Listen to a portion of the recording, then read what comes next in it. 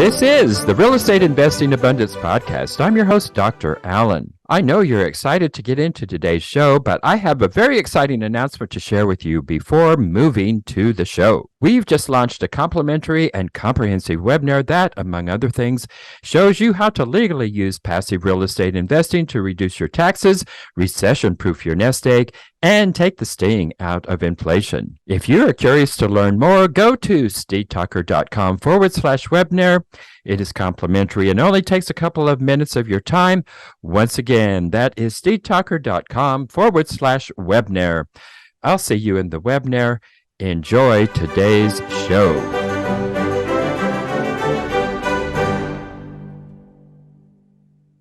Hello, enlightened investors, and welcome back to Real Estate Investing Abundance. I'm your host, Dr. Allen. Thank you so much for being with us today. We're so glad that you could join us. It's you that make this show possible. Today, we are going to be talking about turning trailer parks into safe and affordable communities. And with us is Shawn Dwyer, and he is the founder of Golden Oak Real Estate Investments. He's focused on acquiring mobile home parks and RV parks.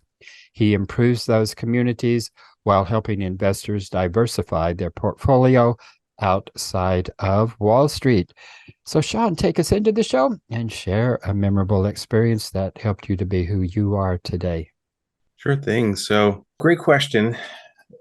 When looking back on my life, there have been a plethora of things that have really shaped me into the person that I am today. I've been afforded the capability to lead many teams and organizations within large Fortune top 30 companies. And where I'm currently at today is looking at creative ways just to diversify for my retirement. When I'm still at my full-time W-2 position, and a lot of folks just put money into the 401k, and that's their diversification strategy. And I think it's going to work. I thought it was going to work for a long time as well, but then over the course of the last 15 years, there's been two pretty major corrections. The first one really didn't bother me because I still had a long runway until I was ready to retire. And the COVID one hit me where my 401k dropped by almost a third in a very short period of time. So I said, this is something that I have to find a different way to diversify my retirement to make sure that when I'm ready to retire, and say if it was a month from now, all of a sudden COVID 2050 hits, and then my 401k drops by a third, I might not be able to retire for another 5 or 10 years to build that nest egg back up again. So that for me, it was just looking at what could potentially happen and just looking for ways to mitigate that. Well, thank you for sharing that, Shawn, because I think a lot of people find themselves in that situation.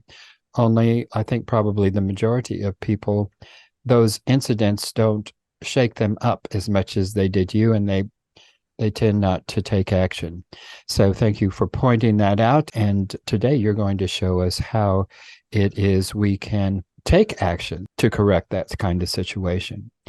So you invest in real estate. So why is it a good time to invest in real estate? We're hearing a lot of mixed messages that seem to indicate to a lot of people that now is a good time to put your money under your mattress. So why are you investing in real estate? I personally think that it's always a good time to invest as long as you can find the right deal with the right property, with the right operator, and implement looking at the financial strategy and debt associated with it. If you can get great property, there's strategies that are out there that those that are not familiar with commercial real estate just don't know about. You could do loan assumptions, you can do seller financing. These are two very powerful tools that most people don't know about unless you're in commercial real estate space or very familiar with real estate. Well, how is it that you go about actually making money from mobile home communities? Sure. So very similar to what you see on the apartment side of things, you have rental income that comes in, and you have expenses where money goes out. On the particular mobile home community side, you have what's called lot rent. So that lot rent will typically include, for most communities, water, sewer, and trash.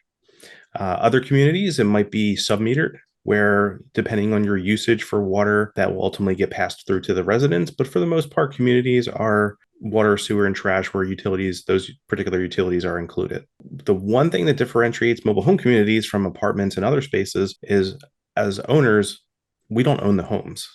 At least for the communities that we look for, they're all tenant-owned homes. They're not park-owned homes, so we're not renting these homes out. So if a toilet breaks in the middle of the night, floods and overflows, there's a hole in the roof. It's on the resident to ultimately fix those and work with a contractor. Also, with those types of communities where the tenants own their homes, we typically have very stable communities because you don't have vacancies. So if someone wants to move for job reasons, wants to go to a different part of the country, wants to just move out of the community, it's ultimately their responsibility to sell that home to somebody new coming into the community. So you have very consistent occupancy throughout the course of the life cycle, as long as you run a really good community and you're a very good operator. Well, those sound like some very good things to look into in terms of mobile home park investing. So, what are the major challenges in mobile home park ownership as opposed to apartment ownership? Sure. So some of the challenges could be honestly finding the properties. There are very few that are really good sized properties that have very solid utilities. So, one of the major hurdles that you have to do and review as part of your due diligence is looking at their utilities. So, making sure that if you have a well system, a septic system, a wastewater treatment plant, is it on a lagoon? You want to make sure all of these are up to par with what the standards are for county and state records. You want to make sure that there are any issues or violations that when you do take it over, that it would ultimately be on you to fix and resolve. So those are some major hurdles that you would have to overcome, at least on the due diligence side. That has definitely been my experience when looking into mobile home parks is the water systems and the sewer systems. And so oftentimes they're just so on the verge. It's like the wind blowing in the wrong direction could set off a tsunami of terrible events. And so, what exactly do you look for in terms of the water sewer systems to ensure that you are not going to end up with a major headache? Sure. So at least the states that we work in, there's very strict laws and regulations for doing well testing. So up here in the Mid Atlantic, Pennsylvania, Maryland, they require, depending on the county and state, either monthly testing, quarterly testing, and yearly testing for anything that could be in your water system. And if there is something that pops up, you'd be required to mitigate it or fix it, resolve it, depending on what it ultimately was. So, understanding what the laws and regulations are for your state, as well as the history and performance of the park, and getting that information from the current owners, if you're in part of the due diligence, just to make sure that there isn't any sort of weird gotchas that once you do on the park, you're going to have to fix, replace a wastewater treatment plant. Or if you have a septic system, that your county will actually let you install a new septic system as opposed to tying into public sewer that might be running in front of the community that the previous owner just drug out in court and decided he wasn't going to tie into their public sewer system. That maybe now, as a new owner, you're going to be required to tap into that sewer system, or you're not going to be allowed to replace any septic systems, which ultimately would dwindle and reduce the number of homes you have in your community and the overall value of your property. Yeah, that's always the question is I mean, sewer systems, I mean, septic systems have a lifespan, and it can be Sure. anywhere from 20 to 30 years if you're lucky. And even if and oftentimes, particularly here in the rural areas of Western North Carolina, there isn't a sewer system to tap into. And there isn't necessarily going to be a place to put in a new septic system. And so you're kind of up a creek without a paddle in some of these situations here. Yeah, you better hope Uh, they have a bunch of extra land to build it. yeah, We're going to be running into some challenges. yeah, for sure. So outside of, I guess, doing extensive due diligence in conjunction with that, I mean, when would you say no to a community that is on sewer and private water?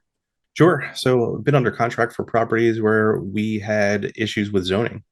So we had them under contract. We started looking into the zoning that they had for it, and for whatever reason, the current owner at the time decided that he wanted to change the zoning and make it into dense commercial shopping, which crushed the grandfather status that we had for the mobile home community.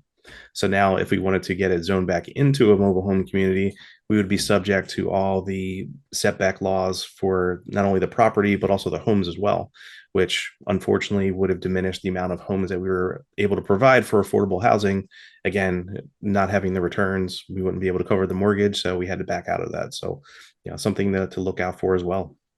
Well, you do syndication, like a lot of multifamily operators do. So, what is a syndication? It sounds pretty scary. It does sound scary, but it's really not. It's you're pooling money together as a team, and you have people that are responsible for purchasing that property and running that business. So those are called the GPs. So you would have the GPs, such as myself, such as yourself, if you're doing syndications, and you have friends, family, friends of friends, pool money together, and you as the GP essentially operate that property to the business plan that you developed and present it to your friends and family.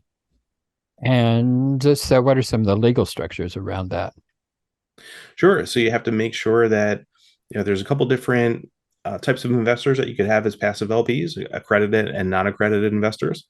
So you want to make sure that you understand as the GP, the people that you're proposing to get into your deal, how you're doing the marketing for that, and ultimately the risks that are associated with it. As part of the syndication process, you should have a private placement memorandum for your LPs to make sure they understand and know all the risks associated with getting into syndications, what could happen with the property, and ultimately, what the business plan is for that specific property. Are you guys looking to do a 3-year hold, 5-year hold? Is it sort of a lifetime asset? All of that should be defined within your private placement memorandum. They're very lengthy documents that unfortunately not everyone always reads, but they should. Enlightened investors, if you haven't done so already, be sure and click that like button and also click that share so others can take advantage of the content. And finally, be sure to subscribe so you don't miss a single one of our upcoming episodes. Well, in pooling money together, I suppose it's going to vary in terms of how much individuals are going to contribute to that syndication on both the general partner and the limited partner side. So, what does it generally take to become involved, particularly as a limited partner in your syndications? Sure. So typically entry would be about $50,000 for percentage of ownership of the LLC and ultimately purchasing that one property or group of properties if it's part of that one syndication deal. We've had people that invest as much as $250,000 and as little as 50. And you had mentioned that your 401ks and your IRAs were where you had primarily been putting your money. And I suspect that a lot of people have a lot of their capital tied up in those particular instruments. Is there a way that they can actually use those 401ks and IRAs to invest in a syndication? Yeah, absolutely. This is a tool and strategy that I've been communicating to all my friends and family because when I tell them the minimums, they're like, well, I don't have $50,000 just sitting around in the bank. I said, okay, well, I know you switched jobs, a couple years ago, you were working for company X. Did you have a 401k or IRA with them? I said, yeah, well, I did. Okay, well, you can put that and make that into a self-directed IRA and ultimately use that capital to diversify what you're currently doing for your retirement. And instead of having new capital come into it, you could use your retirement funds. It would have to be from a previous employer. Most current employer plans don't allow you to do it. But if you have one from a previous employer, you could definitely use those funds. There's a couple companies that we have out there that could help you out and set those up. Yeah. Okay. So, what does it take to actually get your 401k converted from your employer or previous employer to a self-directed plan? Yeah. So we have a couple companies that are experts that are out there within that. So we always defer to 2 to 3 different companies that folks can reach out to. There's administrative fees like upfront fees.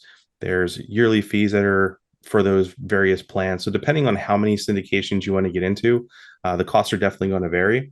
So just be aware that there's going to be some sort of setup and maintenance fees associated with it. So those plans would ultimately set that up for you, charge those fees, and then run those plans and investing in these deals. But it's all your capital. Yeah. My experience is that there is a tremendous amount of variation in terms of fees from custodian to custodian. And so shop around because it could be quite costly. But if you find the right custodian, they're really quite reasonable. So why should busy professionals look to real estate as a passive investment? Sure. So real estate allows you, multiple applications of additional capital over the course of time. If we look at stocks, it's appreciation and some sort of dividend. Maybe it's 1 to 3%, depending on what you're getting into, and then possible appreciation over time. When you look at least commercial real estate, there's a couple different ways that you can make money. Cash on cash return for quarterly distributions of rents that are collected minus expenses that are out there. So you get consistent cash flow. That'll vary property to property, property type to property type. So make sure you dig into that as well if you're interested in looking at more cash flow deals right off the gate versus value add or appreciation over time. So at least for real estate, you have quarterly distribution, you have the appreciation of the property. So as you continue to increase lot rents, drive down expenses, the overall value of the property continues to increase. You get depreciation. So when you do cost segregation studies and you look at the percentage that you own of the property, the quarterly distributions that you're getting ultimately are not taxed, similar to what you would have in the stock market from dividend investing. You're also getting loan pay down. So as you continue to own that property over the course of 10, 15, 20 years, depending on your term and agreement that you have with the bank and set up, ultimately that property is being paid down over the course of time. So you have multiple factors on how you are continuing to gain and generate wealth, as opposed to just hoping that a stock goes up, a stock goes down, or you get minor quarterly distributions for dividends.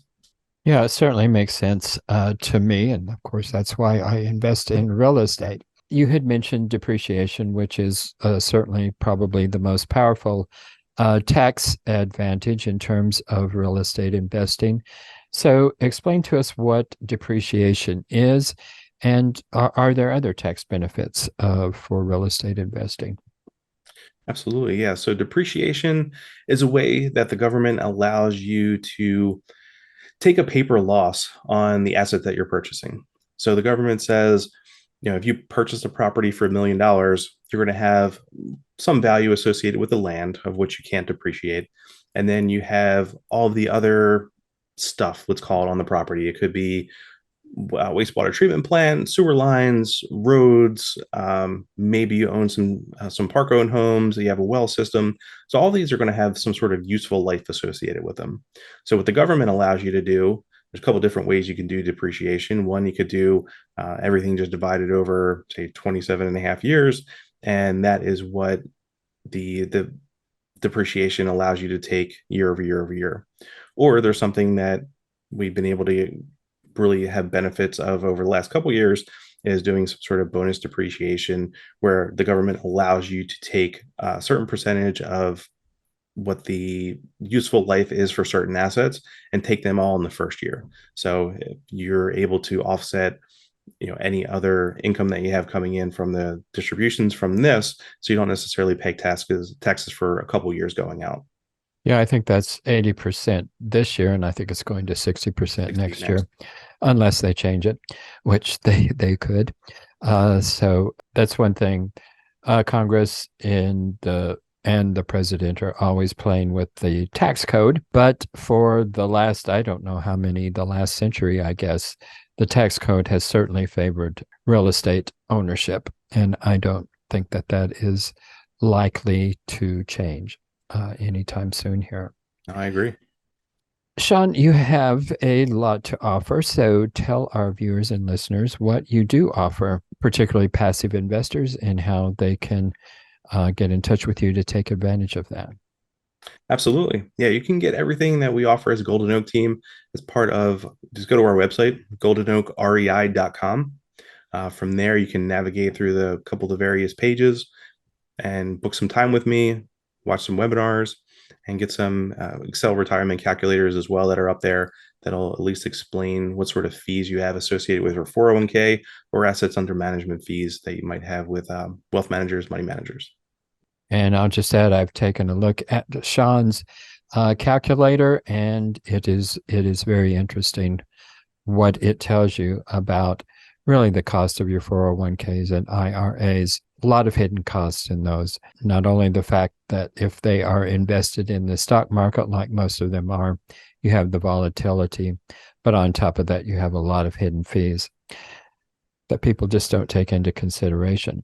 So Absolutely. visit Shawn's site and take advantage of the resources that he provides there at no cost. So Shawn, let's go into our last four questions and share with us one of your most difficult setbacks in life, and what did you learn from that, and how did you come through that? So for me, just breaking into this industry, it took multiple years. Being a full-time W-2 employee, I didn't have 30 to 40 hours a week where I could just focus, talk with brokers, talk with owners, interface with investors. I had a full-time job where I was working 45, 50 hours a week. So I guess kind of a blessing in disguise is when COVID happened, I wasn't commuting to and from work all the time. I wasn't going to family events at nights and weekends. So there was just a lot more free time that I had. And then for me, I used it to get into the space of just learning the language, understanding how to do underwriting, looking how to cold call, how to network, how to do direct mail marketing for nights and weekends, and just connecting with folks, attending online webinars and seminars, and just setting up time just with folks just to do like a little 20-30 minute get to know them. What are your goals? What are your objectives? How can I help you? And just network in a much different way than I ever have in my life. Yeah. Yeah, a lot of people were just very, very distressed about COVID and the shutdowns and everything, but they were just a real blessing for me. So that's when I really got my business started as well. And it provided all kinds of wonderful opportunities in that direction. Share with us three good things that you've experienced in the last 24 hours. Absolutely. The first is honestly, it's waking up every day because the alternative is not great. So just being thankful every morning that I wake up, honestly, being thankful for being part of this great country and just having opportunities like this that others in the world don't. The third is being thankful for my wife and my kids that I have. They're amazing. They're the reason I continue to drive forward and just provide as much as I can value not only to them, but also just financial security from now until retirement and ultimately after. Wonderful. Well, how are you putting your success as an investor and entrepreneur to work to create a world full of well-being for others and, well, for all beings? For me, it's honestly just educating folks. So prior to 5 or 6 years ago, when I was doing some single family home, townhome stuff, and just looking to get into the real estate market at the time, I had no idea that this was even an option doing commercial real estate, looking at mobile home communities, self storage, RV parks. I didn't even think it was fathomable. But just in telling friends and family on what is possible and helping them just diversify and get ready for when they retire. So that way they don't have that major shock of, I can't retire. So just honestly, just educating folks. And finally, imagine you've come to the end of your life and you lay on your deathbed. What do you look back on with your greatest sense of joy and fulfillment? Being present for every moment that matters for my kids. Well, Shawn, it has been a pleasure. Thank you for enlightening us about mobile home parks and commercial real estate investing in general. And enlightened investors, thank you so much for joining us again today. And remember to take a moment and to like, share, and subscribe, and also leave us a comment. We love to hear from you. And please take a moment. It really does make a difference if you will go to Apple Podcast and leave us a rating and a review. It costs you nothing, but it is priceless for us. So please take a moment to do that. Thank you so much for being with us. Live abundantly, and we'll see you in the next episode. Enlightened investors, wait, don't go just yet. I just want to remind you about our recently launched webinar, that you will not want to miss. If you're at all curious and would like to learn more about how real estate investing can diversify your investment portfolio, alleviate the anxiety associated with Wall Street swings, leverage your 401ks and IRAs to substantially increase the return on your investment, and do all of this with turnkey, hands-off, passive real estate investments, then you'll want to immediately go to stevetalker.com/webinar. In the webinar, we'll also address the common dubious investment schemes that you want to avoid. To access the webinar, go to stevetalker.com/webinar. I look forward to seeing you in the webinar. Thank you for tuning in to Real Estate Investing Abundance, brought to you by Steve Talker Capital, a company working for passionate professionals like you to develop financial independence built on solid, passive real estate investments. As part of our efforts to make the world a better place, Steve Talker Capital contributes to activities and organizations committed to better understand the equine. These endeavors attempt to enhance the human treatment of horses worldwide. Steve Talker Capital, working for a world where all creatures, great and small, flourish abundantly. For resources to develop your financial independence, connect with us at stevetalker.com.